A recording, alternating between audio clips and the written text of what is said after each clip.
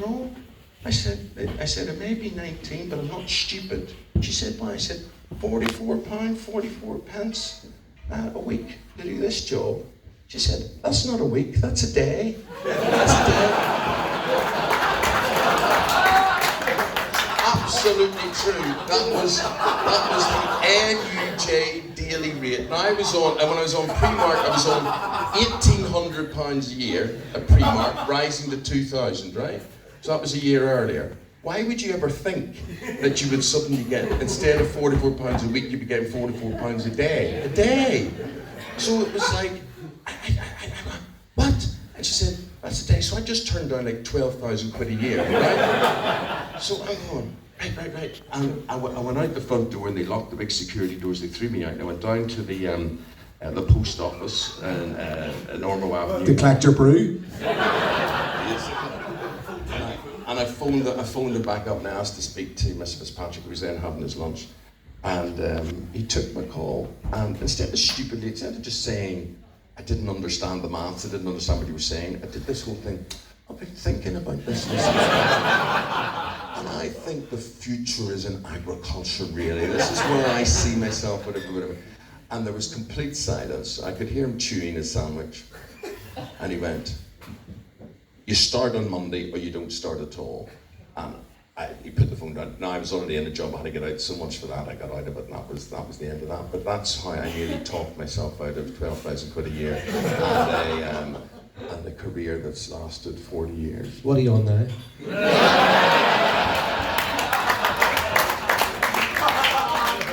A wee bit more. Listen, we know you're a big football fan, and you not just. I know you've been in Solitude a few times. Your youngest boy, Connor's a Reds man, isn't he? I used to go to Solitude where there were more police there than supporters. Remember all that? You were there last week. So I know you've got a connection to Man United. How strong is that connection? What's your role there? Well, I mean, it was a dream when I think of when we went and we had to be lifted with the turnstiles and all that sort of thing. 15 years ago, I got a letter from a guy I think is a gentleman, David Boyce, or not David Boyce, David Gill. David Gill, do you know David Gill? He's now in FIFA. He was the chief executive of Manchester United. Yes. But he's now the vice chairman of the FA. Yes. And he's also the treasurer of UEFA. UEFA. So he took my place as vice president of FIFA. Yes. He was too. The only thing I would say about David Gill, he probably didn't need a new watch.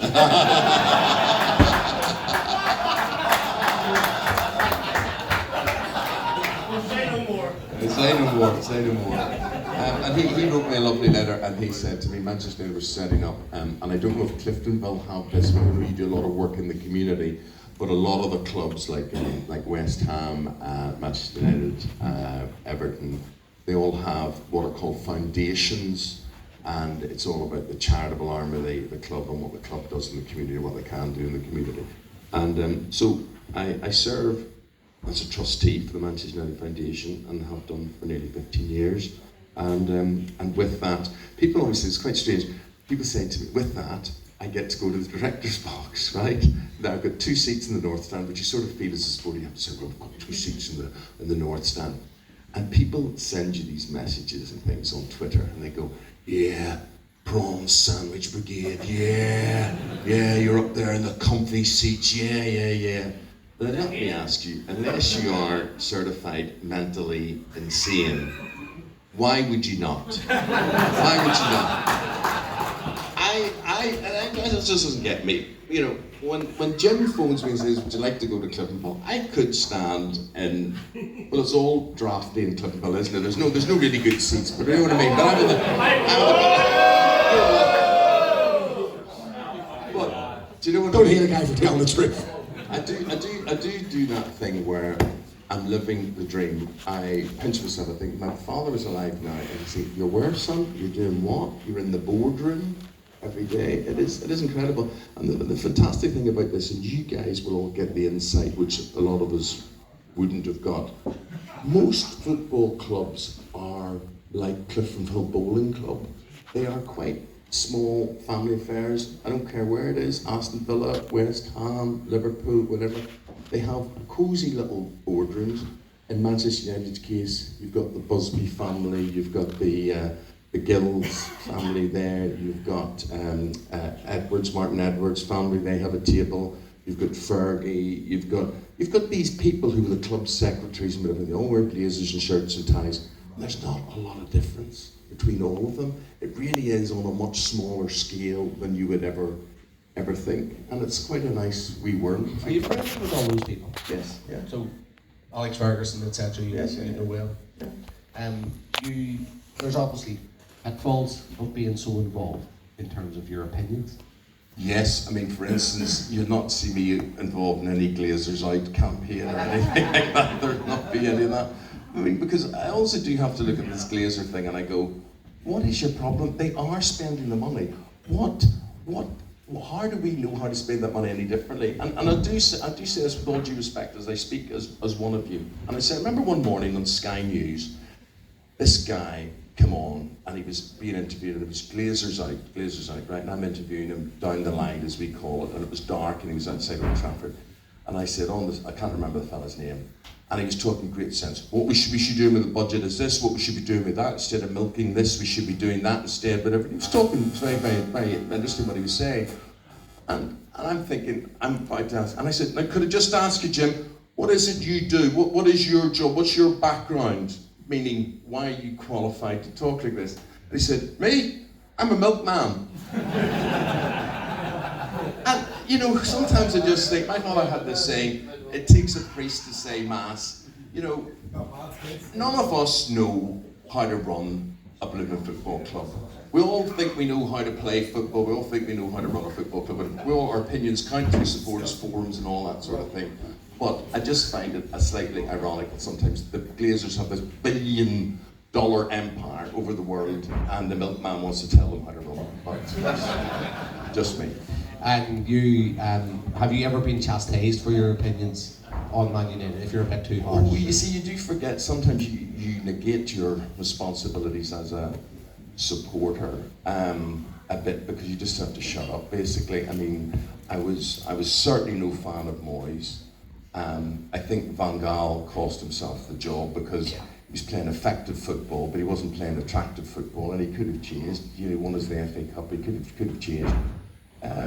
Mourinho came along, he gave that factor that, you know, was good for a while, but then he just became like a vampire. And unfortunately, Alan Brazil phoned me one morning after a defeat where I was with United. It was at Brighton, and Brighton beat us, and he phoned me the next morning for TalkSport. He said, you know, what do you think of this? And I'm on there. And I said, Mourinho's like a vampire. He sucks the enthusiasm out of these players. They play international level, they play free-flowing football, they're all enjoying their play under Gareth Southgate, whatever. And they play for United, and they're completely different players. And the next minute I get an email from Ed Woodward saying, this is not helpful. But the thing is, you realise, I don't see myself as representing the club, but obviously then you obviously in a way do, because through the foundation you do, so you do have to button it. Yeah. Just, you were saying that these are small clubs and everything, you know, great family made it that way. Yeah. I once went on Twitter and criticised Cliftonville. They had a text message from Jared Lawler about 30 seconds later. Yes. And don't say that, make it. Yes, I can imagine. Where's he? Too angry, Eamonn, sitting down there. Yeah, I got 3 legs. Yeah, I got 3 legs. 3 legs. 1, 2, 3. Yeah. Your son. He had 3 accounts and left at 3 months. You have been now. You're home. How long are you home for? Sorry? How long are you home for? Back tomorrow. Back tomorrow. And I have to ask, where's Ruth? That's all anybody ever asks. I think I've got to get a sign. People who come up to me and say, how are you, Eamonn? What do you think, United? How Cliftonville, whatever. They just say, where's Ruth? Where's Ruth? Where's Ruth? So I think I'll have to have a sign made that just says, round my neck, Ruth's not with me. But it's, honest to God, you come to Belfast with Ruth, it's like a royal visit, I swear to you. People are fascinated by my wife. I have absolutely no idea. By her hair. Well, I think they think she's done well for herself. I do think that. 100%. 100%. That's what I think they think. As my mother says, who was she, son, before she married you?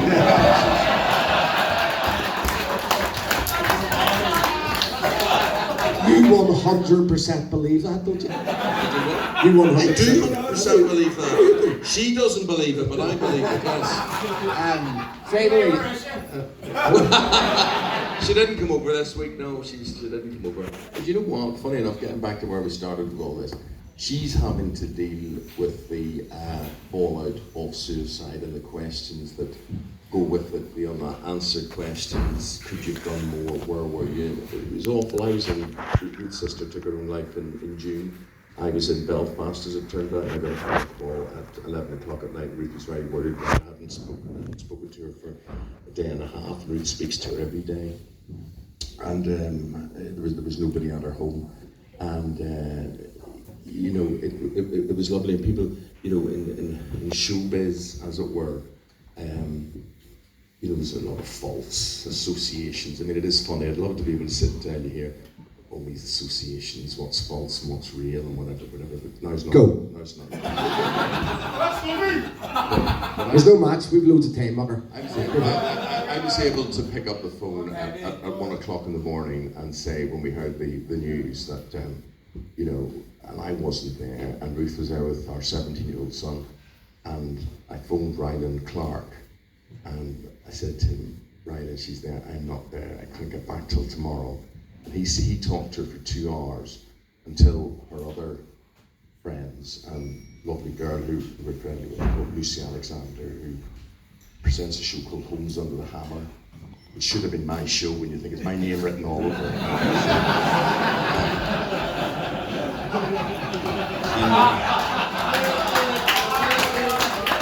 I mean, if you were running the BBC, wouldn't you? You'd just be saying, program made for him. And you know, she was great. She arrived up with one of Ruth's friends, and we're very lucky. But you know, you can't pretend you can just dismiss these things and they go away. And the repercussions. Ruth's mum's elderly, and you know, we've had to, you know, Julia, Ruth's sister, was her sort of carer basically. So there's a lot of responsibilities go with these things. But you know, just. I don't know what to say to anybody who's going through this or has experienced this as well, but it just happens too often to too many people, and some people are more vulnerable than others with all of this. So basically that's what she's doing this weekend. She's involved in family things. Finally, I know you're doing a lot. You're on TV. You're on one morning a week, is it? I do what? Are you doing one morning a week on Good Morning Britain, is it you're doing, or what are you doing? You're right up to date, you are, aren't Mate, listen, you told me, what you said to me was, I'll just ask me questions, I'll fill in the gaps. Yeah. I asked you twice what you're doing, and you made me fill in a gap. And You'll see this next week. We do a show called This Morning. Next week, Philip Schofield and Holly Willoughby are on another well-deserved Here, holiday. what is she like? She's very gorgeous. Oh, I know that, but what's she like in real life? She's very gorgeous. Very nice. I'd rather sit and talk to her here. Right? So we'll do that next week. We're on that doing sort of Christmas This Morning, and then I do a show on Talk Radio from 4 till 7, which no one ever listens to. But it's there. But it's draining because, I mean, this election, Brexit, oh my God, it's just like never ending. And the world is very negative, and people are very angry, and people are very divided. And I don't know how, as a society, we all move on. There's so many questions at a time of great change and great flux, and it ain't over yet. No, the one thing I suppose from that election, at least we have clarity. We're going right down the shithole. The one thing I want to ask you about, I've seen on Twitter, you have a podcast. It's you, the Gaffers. Yes, I know that one. Thank you for asking me. That's a very good idea, because what we do there is I talk to a lot of football managers, and I've talked to Martin O'Neill and Sam Allardyce and Steve McLaren and Alan Pardew and Stuart Pearce. Get Paddy on. Get Paddy McLaughlin. Yeah, Paddy on, yes, very good idea. So we sit down and we have a chat, and actually you should get your phones out now and just download the podcast. Right, Very phones good out, Christmas come on now. present. You download it there? Eamonn, A Pint with Eamonn and the Gaffers. And that's it there. Give it to someone you love as well.